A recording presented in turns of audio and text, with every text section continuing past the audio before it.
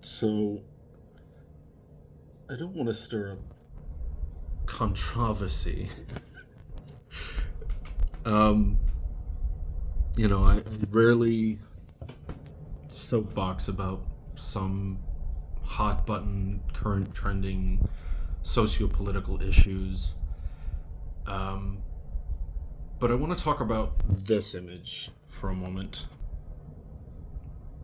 that was posted for a video about Julius Caesar being a big old power bottom. Now, listen, I love cattiness, uh, the shade thrown on RuPaul's Drag Race when I watch it with my boyfriend. Good old fashioned New York read, being a New Yorker myself, and having witnessed some truly epic reads by drag queens. Nothing quite like seeing them in situ. um, and as someone who kind of yo yos on the heteronormativity spectrum myself, um, I myself have done drag. I myself had a very femme phase in life. Um,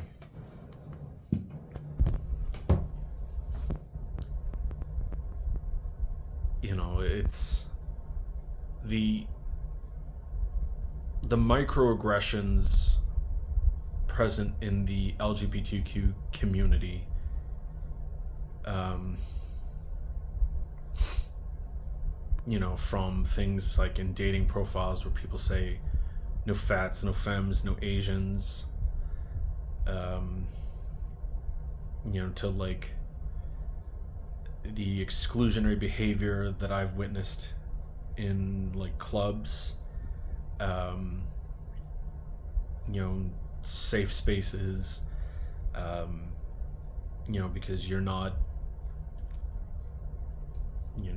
gay presenting enough, or your problems, if you're straight acting, you can't understand the struggle that us,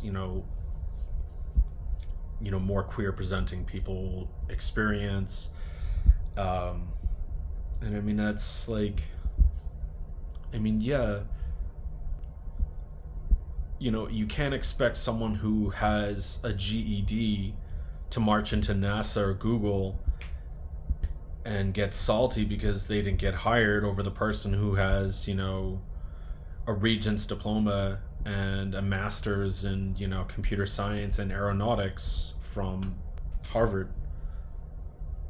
It's like, sure, people who present more masculinely are going to fly under the radar and not be singled out. But that's also speaks to the attitudes of society, and how what we need to address is the attitude that might makes right and straight is great. It's, I see things about, socioeconomically disadvantaged people being approved for adoption, and upper middle class secured job and diploma holding, gay couples being turned down. And that's discrimination any way you put it.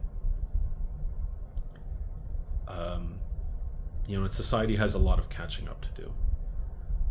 This we can all agree on. This image that I shared at the beginning of this video, I don't I know I shouldn't laugh, but it's just, I love cartoons and comics, and it was just so over the top and ridiculous. And I'm known for being someone who loves ridiculous, over the top things. So, yes, I can't help but laugh. But it's kind of like a teacher seeing, some wiseacre student pull off a truly ingenious and ridiculous prank or something, and while they're laughing internally, they're like, you have to be able to separate your own internal, like, this is funny as heck, and no, it's not right. you know,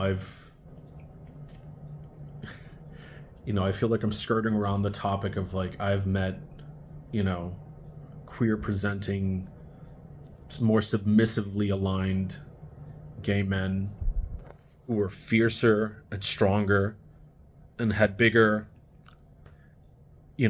than the butchest, manliest, most heteronormatively presenting, gay people I've met. The contrast is real.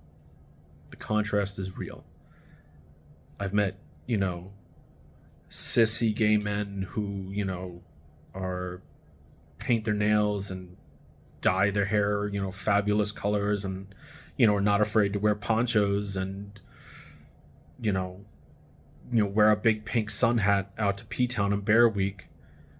And they're killing it with a six-figure salary, driving a Jaguar XJ8 or whatever, and they're winning at life. And then you've got some manly, straight, red and black checked flannel shirt wearing lumberjack who's on food stamps. Is financial success an indicator of winning? No, but a lot of people would probably be surprised to,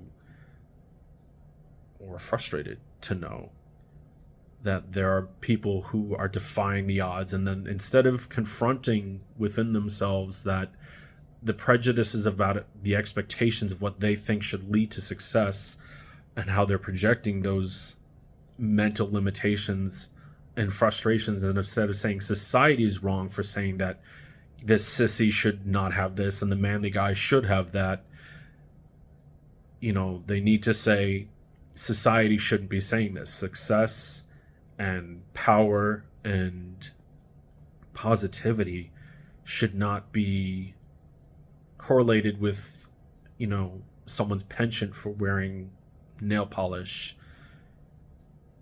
and making, funny gesticulations like, just my 2 cents. I hope that we can remind ourselves that, a power bottom can look like a lumberjack and a power top can look like Lip Synca. I mean, heck, maybe Lip Sync or Lady Bunny are, 100% tops. I don't know. But that's the point. You can't correlate, one with the other. You can't say that, oh, this person who looks this way is automatically going to be, my dream daddy bottom. And, just, I don't know.